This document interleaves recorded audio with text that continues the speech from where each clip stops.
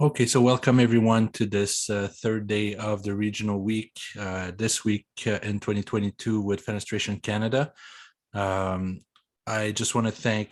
Today is the Prairies presentation. I just want to thank our sponsors again today, Roto and Open Janela, and just let you know that for either of these sponsors, you can visit our website or ask us for more info.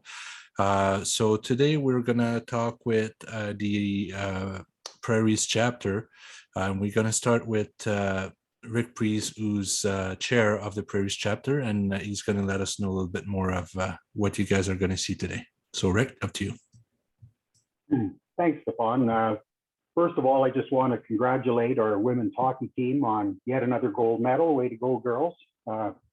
It's always great we can do that as a country. It's one thing that always pulls us together, so that's awesome. I'm really happy with the direction of Fenestration Canada and the creation of the regional committees. They really help us focus on what's relevant to our areas and allows us a little bit more freedom to do what we feel is best. Some good examples of that is our last conference that we had, and we kind of keyed in on supply chain issues, and this time around on, hiring and the challenges there. These issues were discussed by members of our region. And this is, as a team, we discuss these and we say, what's important to us? And that's, how we move forward. And, we certainly encourage people to, attend our committee meetings, to contact us if you have any ideas for content. Certainly, there's going to be a lot of challenges coming up in our area for the next year. Listening to what's going on in the other regions, we know that NAF's compliance has been a little bit weak in certain areas of the Prairies, and that's going to increase. People are going to have to step up their game a little bit in the Prairies, and it's one of those resources that as we're navigating through this, Fenestration Canada helps supply the technical expertise to help our members get through this. Installations is another area that I certainly heard a lot about, and that's something that again, I think is going to really start hitting us a little bit more. It's very interesting to see what they're doing in Atlantic Canada in terms of requiring building permits for replacement windows. And it's a good indication that the rest of the country, things usually spread across. It's a big country, and sometimes it takes a while, but sooner or later, it's going to get to us. The other thing that we have an opportunity to do as a regional committee is to work more closely with our regional builders associations, and we want to really improve those ties a little bit. Nicole, the co-chair of our committee, she has spent a lot of time with the builders associations, and I'm really hoping to develop that link in the future. So really pleased with what's going on. I encourage new members all the time, come join us. Please have your input. Let us know what we can do to help you. And really looking forward to the next little while. So one other thing that I want to mention is I heard on the news today that it's actually National Random Acts of Kindness Day. So please go out, pay it forward. And now in a not so random act of kindness, I'm going to stop talking and turn it over to Nicole to introduce our guests. Nicole? Hi, thanks, Rick. So I'd like to introduce Stefan Bohr. He's a building materials recruiter and founding partner of DMC Recruitment Group. With over 20 years of experience in the recruitment industry, Stefan has developed an extensive network across North America and unrivaled track record of success, having placed over 150 senior roles within manufacturers, distributors, and retailers, buying groups, and associations in the past 8 years, and overseen more than 600 placements into the industry in the same period. The fenestration industry makes up a substantial portion of DMC's recruitment client portfolio, specifically manufacturers and installation businesses across the industry.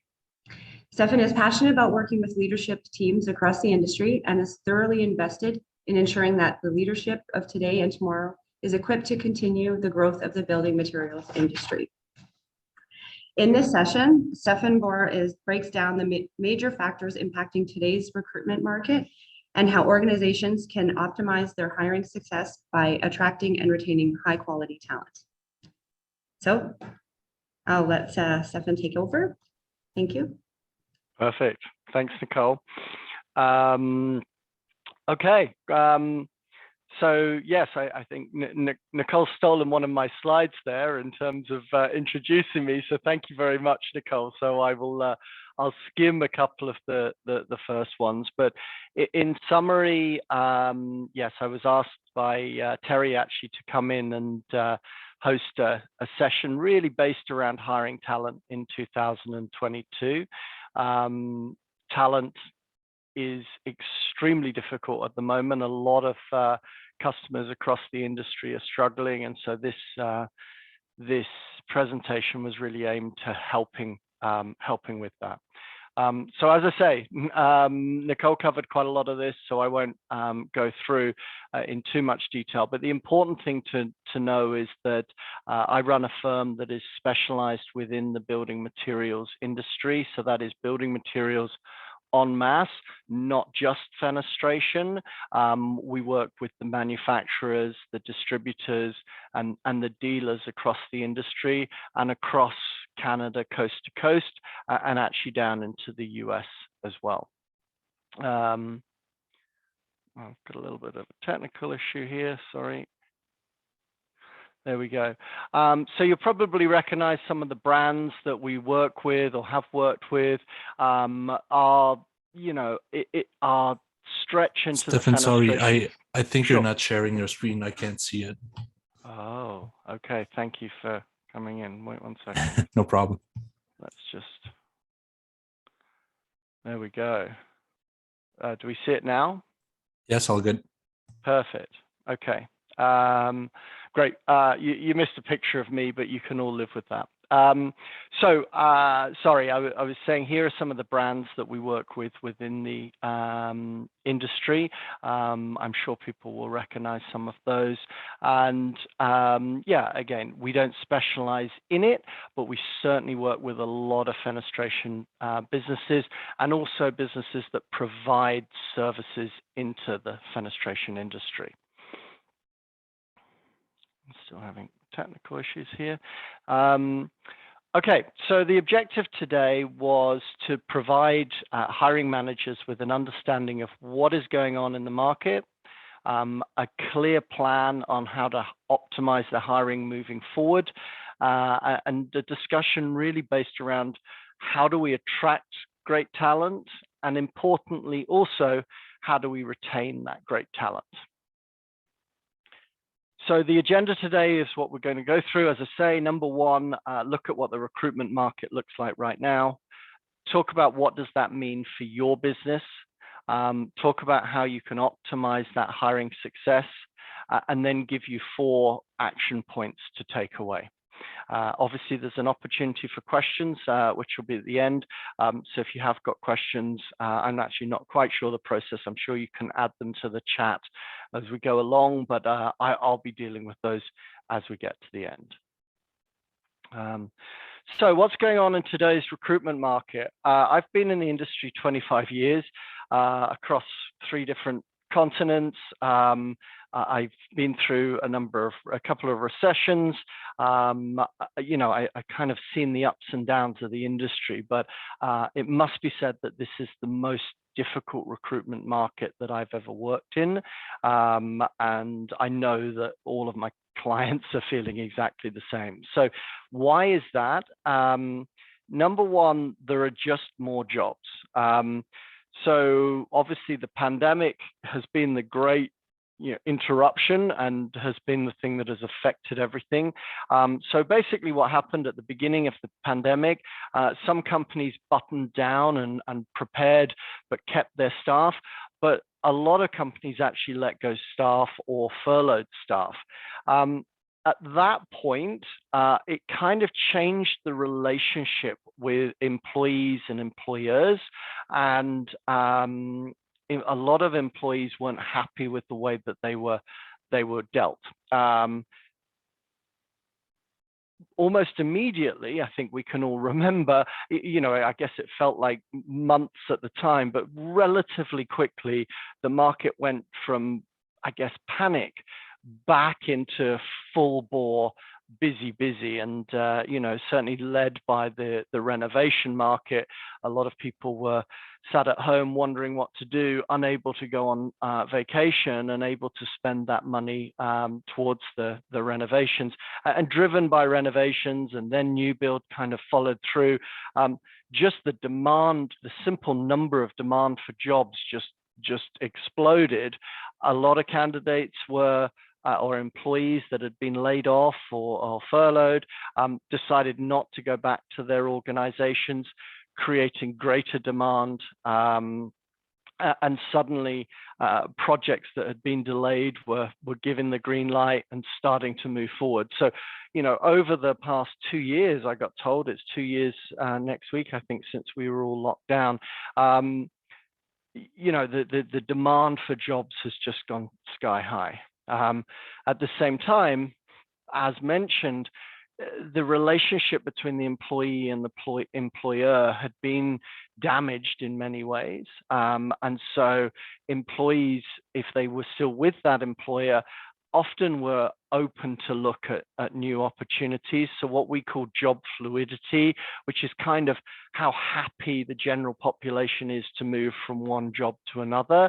Job fluidity was almost the highest we've ever seen. So, you know, if you've had time, if you've been sat at home wondering what's going on with the pandemic, you've had a lot of time to think about your relationship with your employer. You've had a lot of time to think about your career. We've seen, you know, vast masses of people changing careers and changing direction. We've certainly, it's referred to as the Great Resignation in a lot of press. I don't really believe that. I don't think a whole load of people just resigned, but I do believe that a whole lot of people kind of broke their trust with their employer, and so were more open to be moved or more open to consider other opportunities, which has had a great impact on your retention rates. And then finally, which is just kind of the ongoing, this is nothing new, this wasn't affected by the pandemic, but succession planning has been kind of the consistent bubbling along issue for the industry for years, but certainly the last 10 years is becoming increasingly a concern within the industry. So, you know, those three things all happening at the same time is really the reason why we're finding, you know, this market's so difficult to find employees right now. So what does this mean for your business? Obviously, it just means simply you have to work harder than ever to attract candidates and to retain the best talent within your organization. So today I'm going to talk about 6 factors that you can focus on. These guys overlap with each other, but broadly I'm going to talk about retention. I'm going to talk about how to attract great employees, how to articulate and to convey your employer brand, how to differentiate your organization to an employee or potential employee, how to get that recruitment practice and that pipeline sorted, best practice recruitment, I guess. And then finally, how to ensure that the loop is closed and you're listening to your employees and you're looking to make improvements within your organization to keep that kind of positive loop going. So talking about retaining talent. So, you know, I'm going to throw it out there. I'm a recruitment expert, not a retention expert. However, almost by default, when I'm headhunting people from one organization to another, I kind of get to see where retention goes wrong and where organizations are leaving their, I guess, soft belly for a recruiter or another business to come in and take that talent away. So obviously the first place you start is at a home, and you look after your talent that you do have as your absolute priority. And so getting this right is what a lot of organizations haven't done. You know, again, the COVID has changed the relationship. So if you haven't changed your mentality towards retention, you really need to take a step back and go, okay, what worked 2 years ago, does it work now? What do we need to be doing to look after our people? And the first thing is actually investing in your people, you know, looking at the long-term plan for those individuals within your organization, looking at who is going to be your next leaders, what do they need to get there?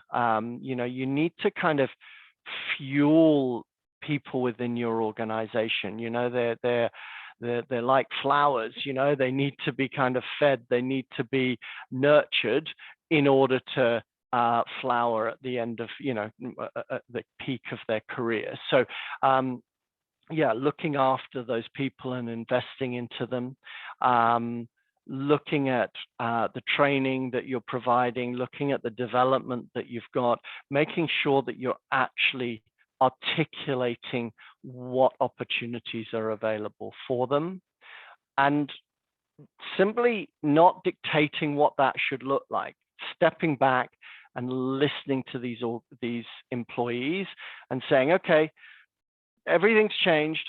What is it that you want? Where do you want to go with your career? Does that align with what we can offer you? And how can we make that happen for you? And, you know, in turn, what is expected of you? No one in this world expects things for free. People are prepared to do the work that they need to, and they invest in themselves, but they want to hear that their employer is replicating that and is engaged in developing them. So I'll touch on this a little bit. I've got a few stats and things later in this presentation, but we have literally done an industry-wide survey specifically of sales reps. So it's not the whole industry, it's very specifically sales reps across building materials, with a large chunk of fenestration candidates that we spoke to, and we were surveying, you know, what people's compensation is, what their reasons for moving organizations are, what they're kind of looking for in their next job. And interestingly, you know, culture is the #1 factor that people consider when they're looking for a new position. So again, I'm not the expert that teaches you how to get culture right. But when culture's wrong, that's when you leak talent. So you do need to focus on that and think about that in order to maintain the talent that you want. And obviously, compensation plays a key part in that. You need to make sure that you're paying something that is fair. Remember, culture is more important. Get your culture right and pay fairly, and you'll be fine. But if you don't need to be the #1 best payer in the industry to get the best talent, but you can't be the worst. And you do need to have the best culture. Have the culture, pay fairly, and you should be in a good place. And then think about the long term. You know, get this right so that you're not having to call me and say, Steve, I need a new, you know, chief exec. Well, you should have the succession planning in place for that talent to come through organically. Potentially, you need to fill the talent flow at the bottom of the funnel, but you should really be nurturing that talent through your organization and hanging on to it. So how do we attract good candidates in the first place? I'm biased. Partner with a good recruitment firm. Make sure that you are working with firms that understand your industry and are actually specialized within your industry, because they're just going to know where to go find that talent. They're already going to have existing networks within the industry, and they're going to add value to your search. You know, it's easy to go cheap and go to a generalist agency, but the reality is they don't understand what you need and what your organization is all about. Get your in-house recruitment function right. Now that could be an in-house recruitment team. It could be your HR partner that's you know, doing recruitment as part of their role. It could be a line manager who the recruitment sits on. Either which way, you just need to get that right, and you can't expect to do the recruiting role if you don't have the right tools in order to do that. I mean, my team, we spend fortunes on technology and training our consultants in terms of how to leverage that technology. You know, the recruitment world has literally turned on its head in the last 5 years in terms of our access to data, which in turn gives you access to talent. And so, you know, your ability to reach that talent and talk to them and sell them your proposition is huge. And so you do need to invest into your recruitment efforts. Posting and praying on Indeed or LinkedIn, you know, you're going to get barely no response. You know, once in a blue moon, you hire someone through that, but you can't rely on building a business on the back of Indeed or LinkedIn. Next, and we'll come on to this later, I guess, a little bit more, but you know, be really clear with your organization's vision, its mission, its goals, and its values. You know, these are key contributors to getting culture right, but also these are key tools in articulating to potential employees who you are, what you're about, and what differentiates you. And so, you know, that don't underestimate. Remember, you know, sure, it's just sales reps, but it'll be reflective of the rest of the population. People buy into culture and where an organization is going. And so you kind of need that story. Who are we? Where are we going? Why should you join us? And then be clear on what is your unique selling points. You know, this is not selling your product. Your product might be a small part of what your unique selling point is, but you've got to look at this from a employee perspective. Put yourself in their shoes and think, okay, what makes us different? Every organization out there says, we've got a great team, we've got great career opportunities, and you know, we pay a great salary. Okay, fair, but where's the evidence? How can you know, articulate that in a different way that shows someone that their kind of their own personal goals and values are aligned to your organizations? How can you show them that your team are happy? What evidence do you have? What evidence do you have that you've got high performers that they want to work with? You know, these are the types of things that you've got to get right in your recruitment process, and think about what makes you unique, because the tired, yeah, we've got a great team, you know, everyone's saying that, so you need to be different. Which kind of connects to this, you know, how are you conveying your employer brand? Who is your business as an employer? You know, what is its relationship with its employees? And this is not your brand, this is your employer brand. So what does your organization, you know, how does it interact with its staff? How does the culture kind of work within the organization? So this starts internally, and it starts from day one. Arguably, it starts from your recruitment process, actually, before your onboarding. But you know, in order to get your employer brand right, you need to start to educate your business internally, and that comes from onboarding and training. It comes from being able to articulate who you are and what you're about, and setting that stall out from day one. Once your employees are bought into this and they start to radiate that brand externally, you then start to align that with your touch points through your community. Your community is not just, well, it is really locally. So, you know, obviously wherever your organization is based, the local area will be your potential market to hire employees into, or your industry being your, I guess, the other community that you're heavily involved in. Those are the two places that you're going to get your talent. And so you need to think about, how are we portrayed? It's not just about what products and you know, kind of corporate branding we're putting out there. How are we making that brand real? How are we making that real to a human being? And how are we articulating who our employees are, how happy they are, how engaged they are, what the benefits for working within the business are? So you need to start to think about how that's being communicated. And you know, this is where HR and marketing connect.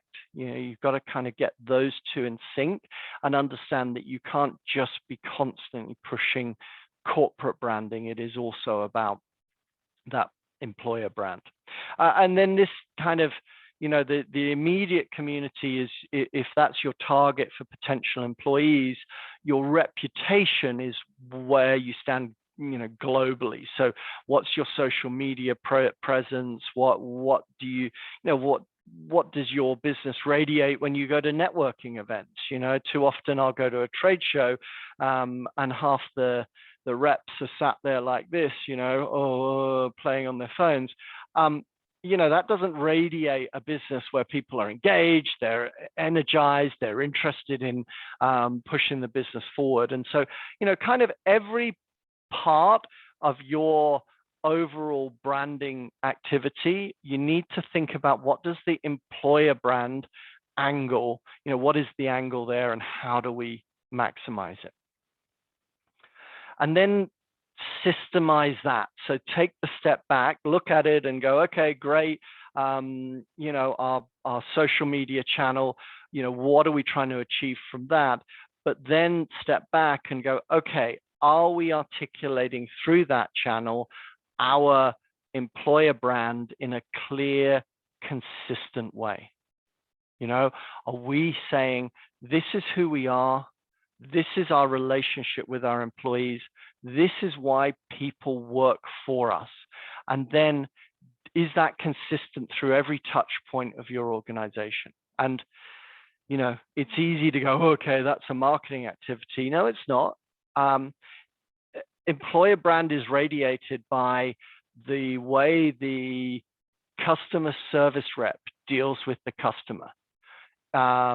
It's dealt with how the delivery guy deals with the truck drivers that are coming to drop off deliveries for you. It kind of radiates out through your employees, and it is backed up by your, you know, marketing and messaging and communications. But it all kind of starts with the right training, the right vision, the right communication of that vision, and leadership. So you need to get all of this right. Listen to your employees. This is relatively straightforward, but often not done effectively. So, you know, do you have an open door policy? You might believe you do, but do you actually have it? You have so many candidates I talk to that we're moving from one organization to another. When I say to them, okay, well, you know, this is the reason you're unhappy. Have you talked to your boss about it? Oh, no, they wouldn't understand, or they wouldn't, you know, so often they haven't talked to the employee about what their vision for that person is internally. Oh, okay, great. In a year's time, you could be the manager. Well, that might there have just stopped that employee taking my phone call. So you do need to have that kind of constant communication. You need to demonstrate that you're listening. So where an employee brings a concern or they come up with an idea that something can be changed, you need to listen, take that feedback, and show that you're making that change. People want to have an impact. They want to be bought into an organization, and they want an organization that's bought into them. So, you know, that kind of demonstration of listening and being engaged with the employee is huge. And then thinking about, well, what are the feedbacks that we have? You know, do we have surveys that we're looking at the happiness of our employees? Do we have ways that we can get formal feedback? Are we spending time on the weekly meeting just kind of feeling the temperature of the team and understanding what's going on? Sorry, wrong direction. And finally, do we have a formal review process? A little thing on reviews. Don't attach your review process to your bonus process. Okay, it's easy to kind of sit them down and go, okay, well, you've only hit 50% of your targets this year, so we're only going to give you 50% of your bonus. Okay, fine. But it becomes about the bonus. If they know that they're having their review with the bonus at the end, they're not thinking about articulating to you what's really going on, and they're not opening up to you in terms of, you know, their feelings and their aspirations and their career plans and all of that. They're thinking about the bonus or the commission or whatever it is. So get your review process right. Your review process should be pulling them out of the business so that they're not worrying about the day-to-day, allowing them an environment where they can speak freely, and for you to actually listen to what's going on, and for you to actually make adjustments and changes so that your organization is kind of supporting that employee's goals. How do we implement good recruitment processes? This one I struggle with a little bit, because this is exactly the opposite advice as I give all of my clients right now. Right now, my advice would be, don't mess around, make your decision, hire a person. You know, you may not be getting 2, 3, 4 candidates to look at like you would have done previously. When you see a candidate that can do it, get the deal done. But taking a step back and going, okay, but what's the employer got to do? I'm the agency. I'm pushing the agenda. I'm trying to get the decision moving, because that's what makes it happen the fastest. But my overarching advice is just step back and make sure that you're making the right decision. You know, wrong decisions because of time pressure are not the right thing to do. You can't mess around. You must be faster than you've ever been in terms of your recruitment process, but don't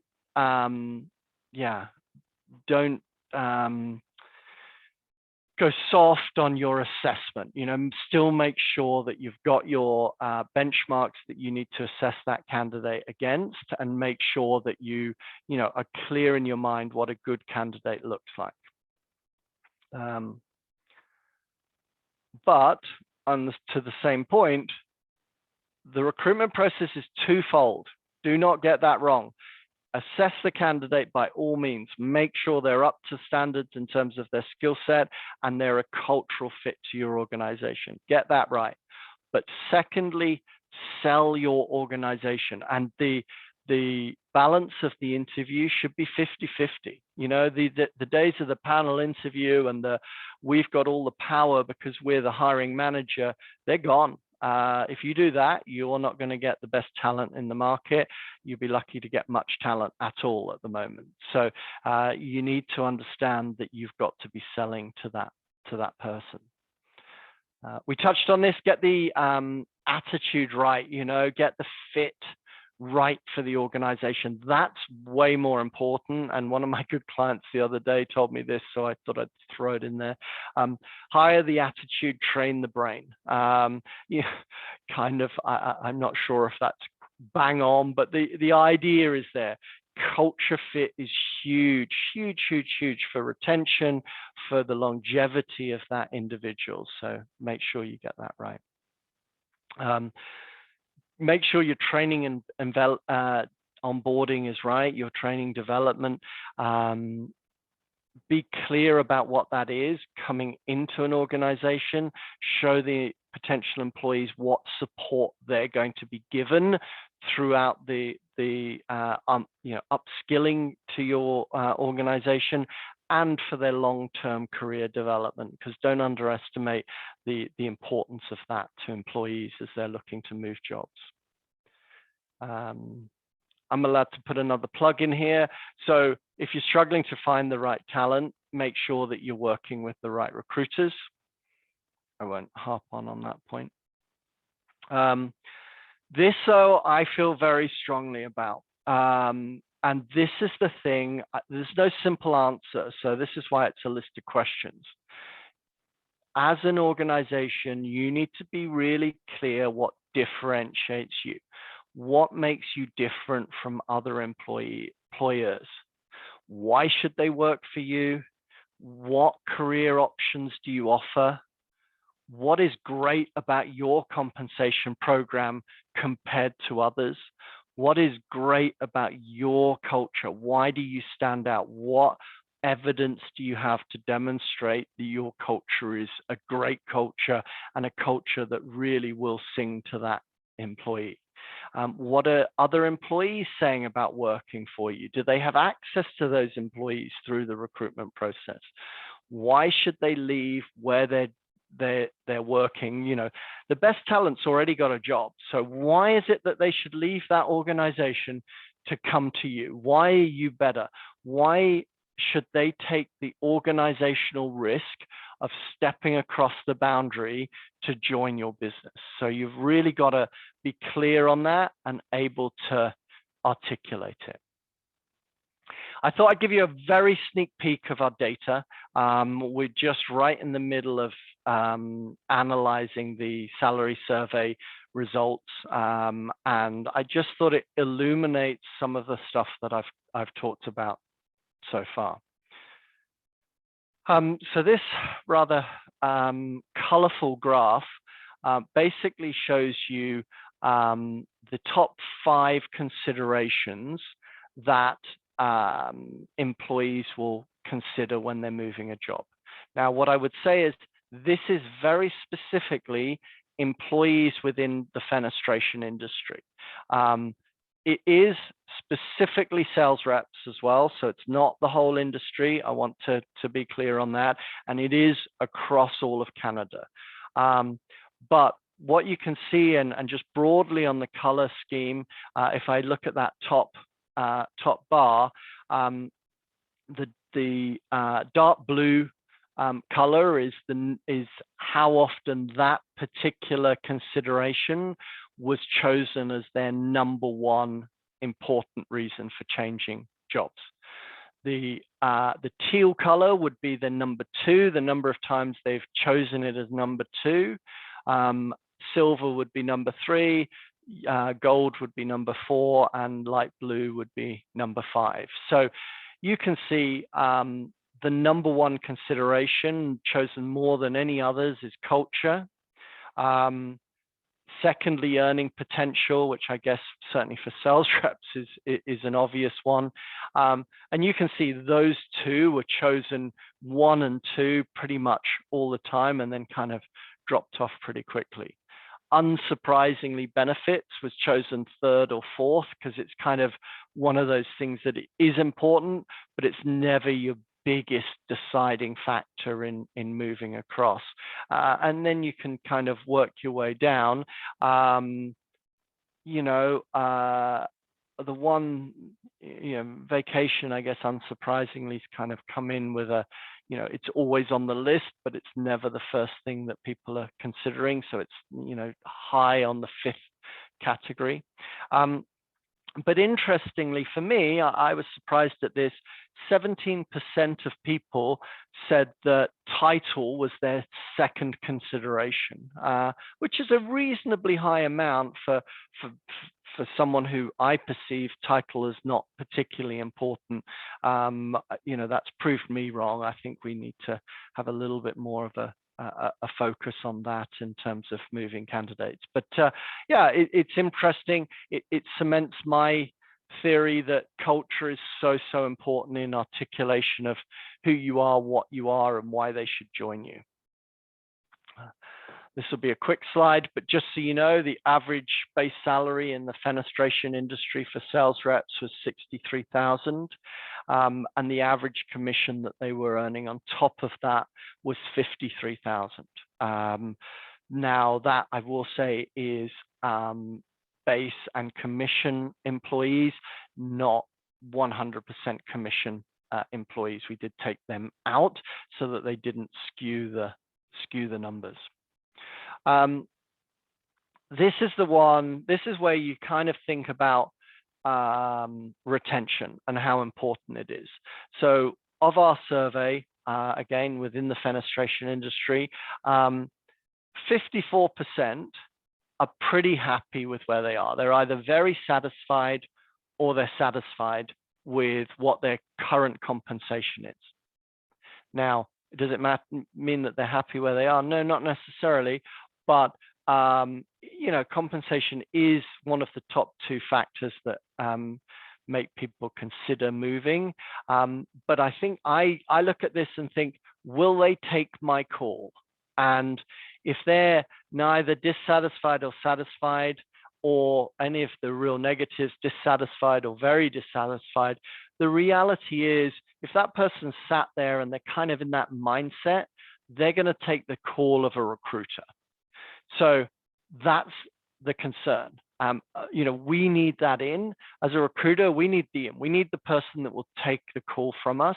And at that point, we then work out what are the motivators. You know, is it culture? Is it career opportunity? Is it title? Is it career progression? You know, every candidate is different.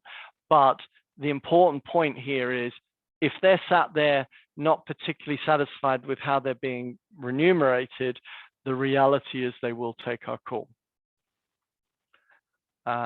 So let's talk about action points to take away. First and foremost, try and shift the mentality away from being reactive. You know, right now, we have got what I would say a lot of clients that are in that kind of desperate mode because they've just lost a candidate that they weren't expecting to lose, or the market suddenly boomed and they weren't expecting it. So they just need bodies, you know, and that's what they're coming to with this kind of urgency, reactive to something that's happened within their organization. Now, I appreciate it. Like, I run a business too, right? So I do understand that. But you also need to try to keep ahead of the curve. You know, hiring is that much easier if you've kind of got a lead up time into it. You know, this is a tough market to hire talent. So if you're doing it reactively all the time, guess what? At the end of the processes, you won't have as good talent as if you've been able to plan it and go through a more thorough process. Doesn't mean you have to do longer processes, definitely not, but it just means that you've had more time to think it out and plan and think about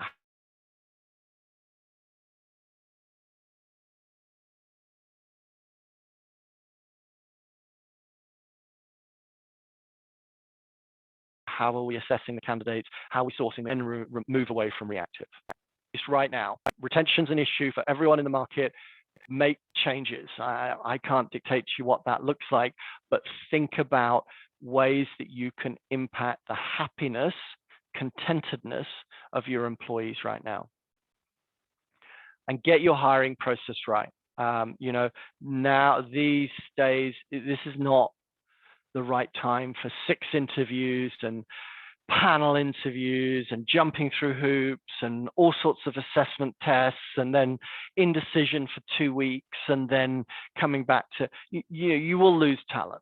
So it needs to be short, efficient assessment and a decent amount invested into the selling to the employee. So which brings me on to my last point of clarifying what your unique selling points are and really sharpening your offer, not just about your compensation, but your full package of what are you offering, and why should they want to come join your business? Okay, so questions? I'll have a look. Do we have questions? We'll give it a second. Right now, it doesn't look like it.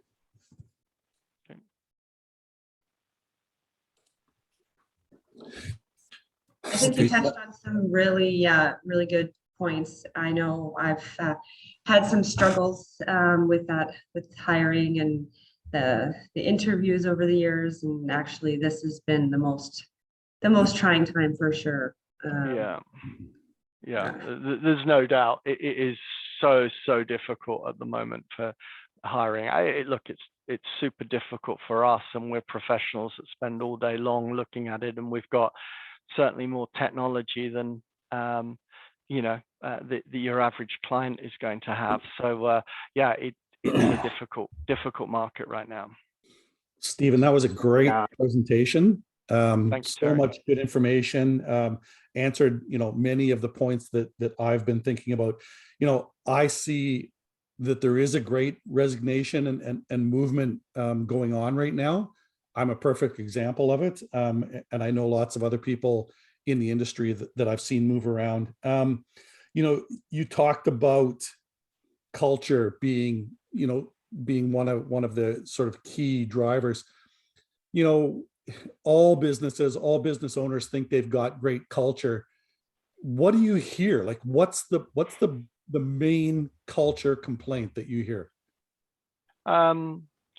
I mean, look, every candidate's different, right? So it's always articulated slightly differently. But I would say, on the whole, people are blind to what their opportunity is, and it's always illuminating when that person gets an offer, and then 10 minutes later, they're getting a counter offer from their current employer. We were just about to promote you to manager, and we're just about to give you a $20,000 pay rise. By that time, it's too late, right? The person's made that decision, and I'm a little bit of a cynic, and I think that they're doing that as a knee-jerk reaction rather than they genuinely had planned to promote that person. But again, maybe they had, and they just hadn't articulated to that employee. Most employees will wait a little bit of time if they think they're just about to get that manager offer. Okay, well, we're thinking of promoting you to manager. Here are the 3 things you need to work on to get over that line. We'll reassess that in 6 months. That conversation has just saved that employee taking my phone call. Yeah. Because they kind of see the goal and they want to work towards that, and so this is the thing. I think it's communication, I guess, when you think it through. Yeah. What do you think the key attractant is for somebody that's prepared to move? They've already decided that they're going to go, but what is it out there that's going to pull them to a specific company, do you think?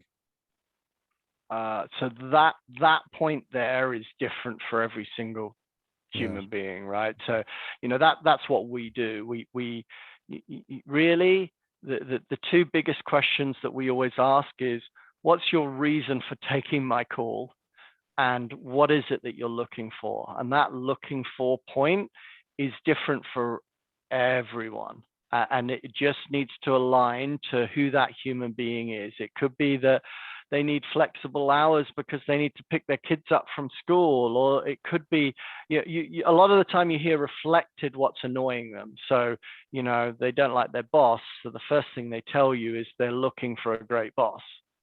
They're not being paid well.